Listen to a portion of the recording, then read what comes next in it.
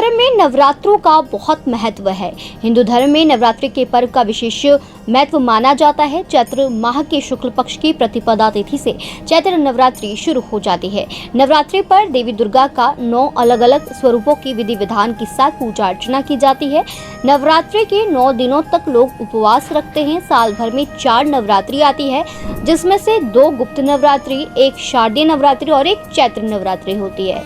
आइए जानते हैं इस साल कब से चैत्र नवरात्रि शुरू हो रही है। अप्रैल माह में चैत्र नवरात्रि मनाई जाएगी। इस बार चैत्र नवरात्रि की शुरुआत मंगलवार 9 अप्रैल 2024 से होगी और 17 अप्रैल को राम नवमी के दिन इसका समापन होगा। नवरात्रि के मौके पर 9 दिनों तक माँ दुर्गा के 9 स्वरूपों की पूजा उपासना की जाती है। नवरात्रि के अवसर पर माँ शेरावाली का आगमन विशेष वाहन पर होता है।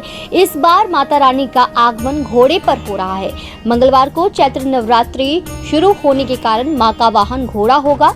माता का वाहन नवरात्रि के आरंभ होने पर वार से तय किया जाता है। नवरात्रि पर देवी पूजन और 9 दिन के व्रत का बहुत महत्व है।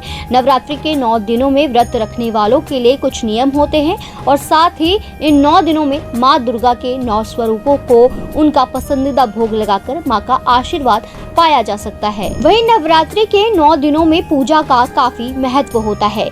प्रथम दिन कलश स्थापना के साथ ही माँ शैलपुत्री की पूजा अर्चना की जाती है और माना जाता है कि माता शैलपुत्री हिमालय की पुत्री है, इसलिए इनको सफेद रंग बेहद प्रिय है।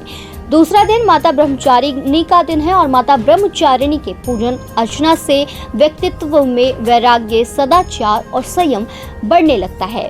तीसरे दिन माता चंद्रघंटा की पूजा की जाती है और कहा जाता है कि माता चंद्रघंटा की पूजा अर्चना से मानव सांसारिक कष्टों से मुक्ति पाते हैं। नवरात्र के चौथे दिन माँ कुष्मांडा की पूजा अर्चना की जाती है और माता को मालपुए का भोग लगाया जाता है। 5वें दिन दुर्गा जी के पंचम स्वरूप माता स्कंद माता की पूजा की जाती है और माता को केले का भोग चढ़ाया जाता है।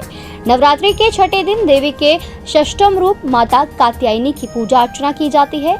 नवरात्रि के 7वें दिन माता कालरात्रि की पूजा अर्चना की जाती है और माता कालरात्रि शत्रुओं का नाश करने वाली होती हैं। नवरात्रि के 8वें दिन माँ महागौरी की पूजा अर्चना का विधि विधान है। महागौरी की पूजा करने से मनुष्य के सभी कष्ट दूर हो जाते हैं, घर में सुख समृद्धि आने लगती है। नवरात्रि के 9वें दिन माता सिद्धिदात्री की पूजा अर्चना की जाती है। मान्यता है कि इस दिन भक्तों की सभी मनोकामनाएं पूर्ण होती हैं।